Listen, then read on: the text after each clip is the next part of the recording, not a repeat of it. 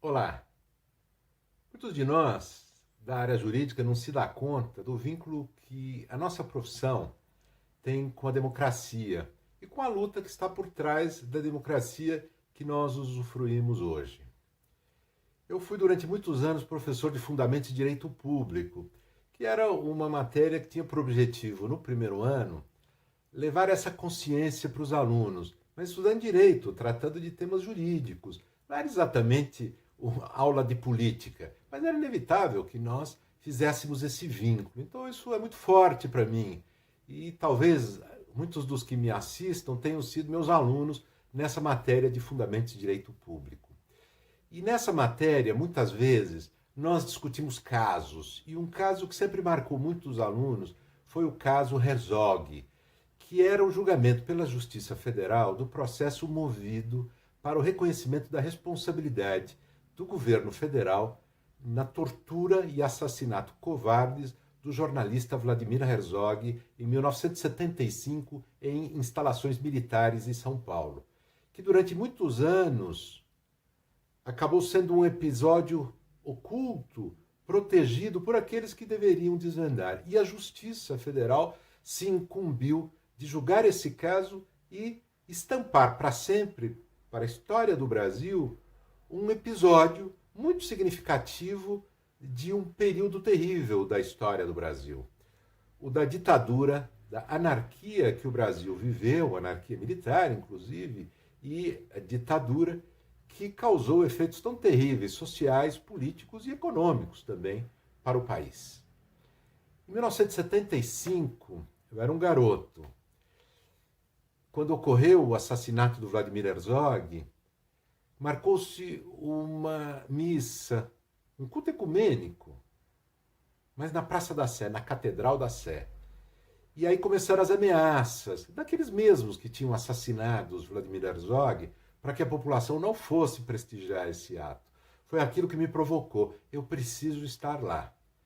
E quando eu presenciei a massa humana, que não coube, obviamente, na catedral, que se espalhou pela Praça da Sé e pelas ruas laterais, eu senti que aí existia um caminho para mudar as coisas. O regime não era legítimo, era um regime que torturava, era um regime que não respeitava ninguém.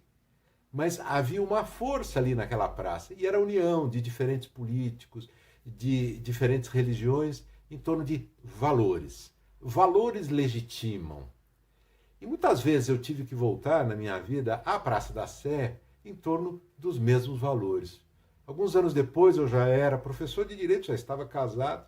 Minha mulher foi comigo no primeiro comício das diretas já na Praça da Sé. O que se queria ali? Uma transição pacífica para dar fim à ditadura militar, aprovando emenda constitucional à Constituição autoritária imposta unilateralmente.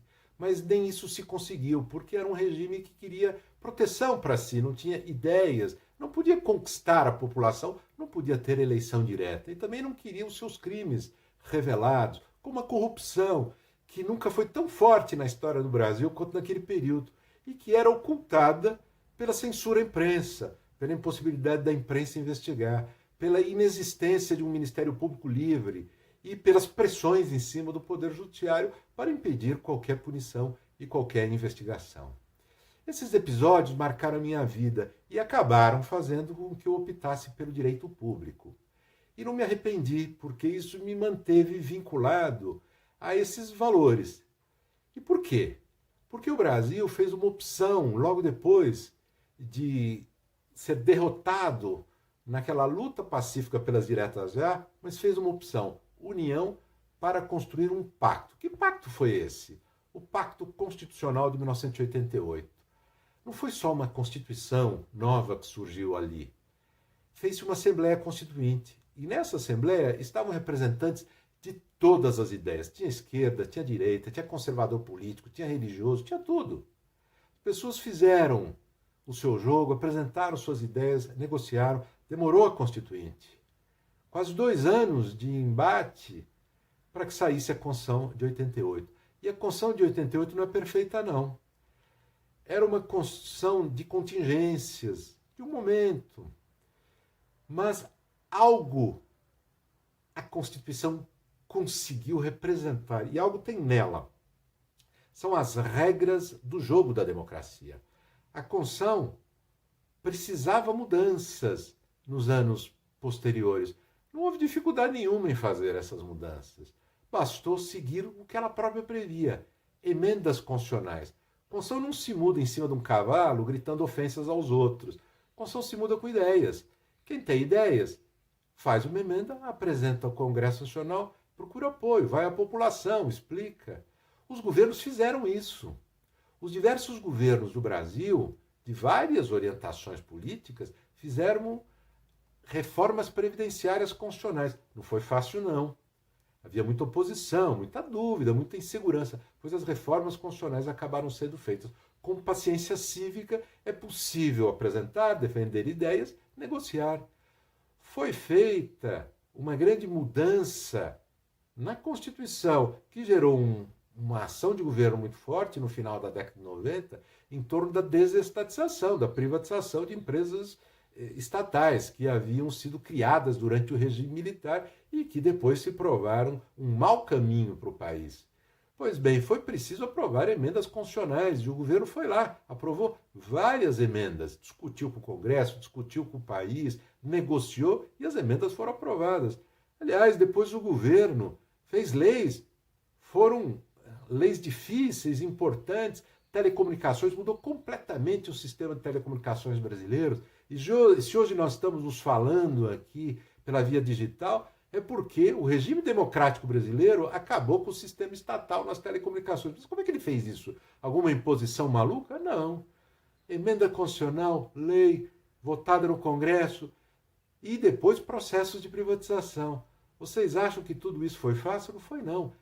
As emendas constitucionais foram contestadas no Poder Judiciário, as leis aprovadas foram contestadas e os processos de privatização também. E o que é que fez o governo? Ofendeu alguém? Não. Defendeu suas ideias no Poder Judiciário, onde as ações foram apresentadas. Quando perdeu, recorreu. E assim foi. E o programa se fez. E as ações sociais que uniram vários governos. Programa ligado aos quilombolas, à regularização das terras, como a Constituição de 88 previu. Programas de cotas tão importantes no nosso ensino superior para a inclusão social. Programa das organizações sociais, que foram criadas na década de 90 para assumir serviços de interesse público, numa ação mais forte da iniciativa privada não lucrativa para se envolver com as grandes causas, como a saúde. Tudo isso foi objeto de leis questionadas no Supremo Tribunal Federal e em outros lugares da Justiça. Pois bem, os governos que defenderam essas políticas, os movimentos que defenderam, foram ao Poder Judiciário, defenderam e ganharam. E nas situações em que o Judiciário decidiu contra as visões que cada um tinha, essas pessoas se submeteram. Por quê? Porque esta é a regra do jogo. A Constituição pode ser mudada. Mais de 100 emendas, algumas imensas. Em 1998, a emenda da reforma administrativa alterou profundamente a Constituição. Isso tudo foi negociado com o Congresso Nacional, houve debate sobre constitucionalidade, houve norma suspensa pelo Supremo por problemas na tramitação legislativa e os programas de reforma seguem. Portanto, não tem dificuldade nenhuma para reformar o Brasil, para melhorar o Brasil, para quem tem ideias.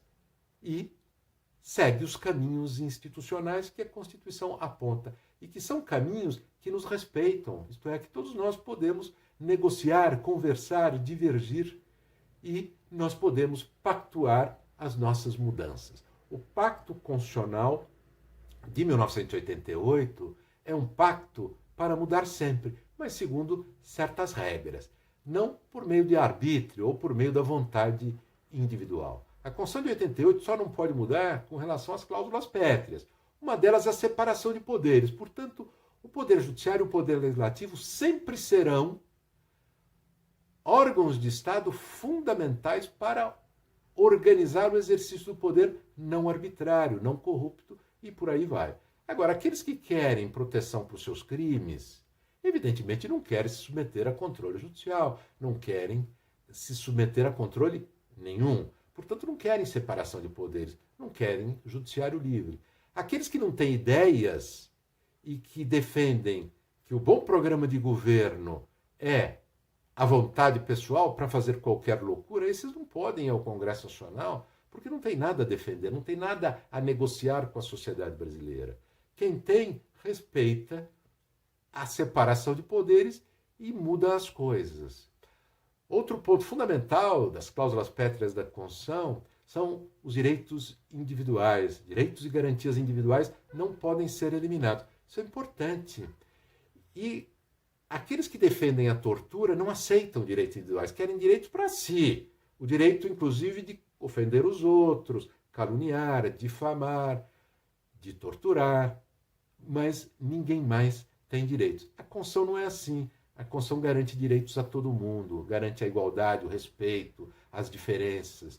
E isso é intolerável para quem é miliciano político. Mas isso não é um país de milicianos políticos, é um país que tem pacto em torno de valores. A Constituição também prevê como fundamental a democracia. Democracia é eleição, eleição periódica, secreta, popular. Isso não pode mudar. Mas o nosso sistema político vem mudando muito. Inclusive agora nós teremos eleições em 2020, eleições municipais, entram em vigor novas regras para reorganizar a vida partidária, que precisa realmente mudar. Nós temos problemas com o nosso sistema político, mas não são ofensas e o vazio de ideias e poder arbitrário que vai melhorar o nosso sistema político. Isso nós já tivemos durante o regime militar. E não melhorou o Brasil, piorou. O Brasil saiu do regime militar muito pior do que entrou. A mudança que foi possível fazer dentro do nosso pacto social nesses últimos 30 anos é impressionante. A mudança social do Brasil, a melhoria dos serviços, o serviço de saúde que nós temos hoje no SUS, tudo isso surgiu depois da Constituição de 88 em função deste pacto que nós celebramos. Então, essas mudanças são absolutamente fundamentais e estão ligadas a esse pacto. Pacto em torno da separação de direito, pacto em torno de direitos individuais, pacto em torno de eleições. E pacto em torno da federação. A Constituição previu um sistema federativo, estados e municípios, ele não pode ser eliminado. Que coisa importante, não é?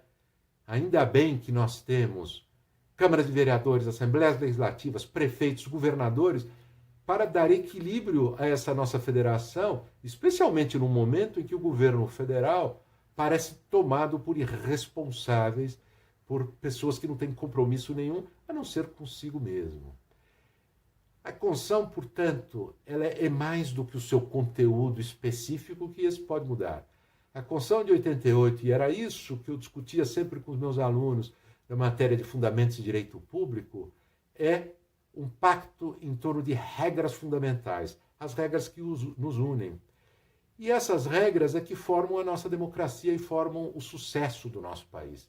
O nosso Brasil precisa melhorar muito. Quem tiver ideias e for capaz de unir o país em torno dessas ideias, muda o Brasil, como fizeram os dirigentes políticos com suas qualidades e defeitos nesses anos todos. Agora, tentar destruir o nosso pacto constitucional, o Brasil não aceita. O Brasil vai defender porque é esse pacto que nos trouxe até aqui, vivos, unidos, e melhorou a nossa situação social. E é esse pacto que vai permitir as reformas que nós faremos democraticamente.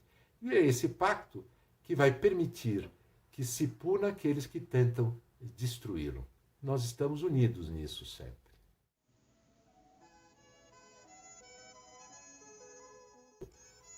Se você quer participar de debate de ideias e quer conhecer pesquisas em direito público, curta o nosso canal. Direito Público com Carlos Ari Sundfeld, uma iniciativa da SBDP, Sociedade Brasileira de Direito Público. Obrigado.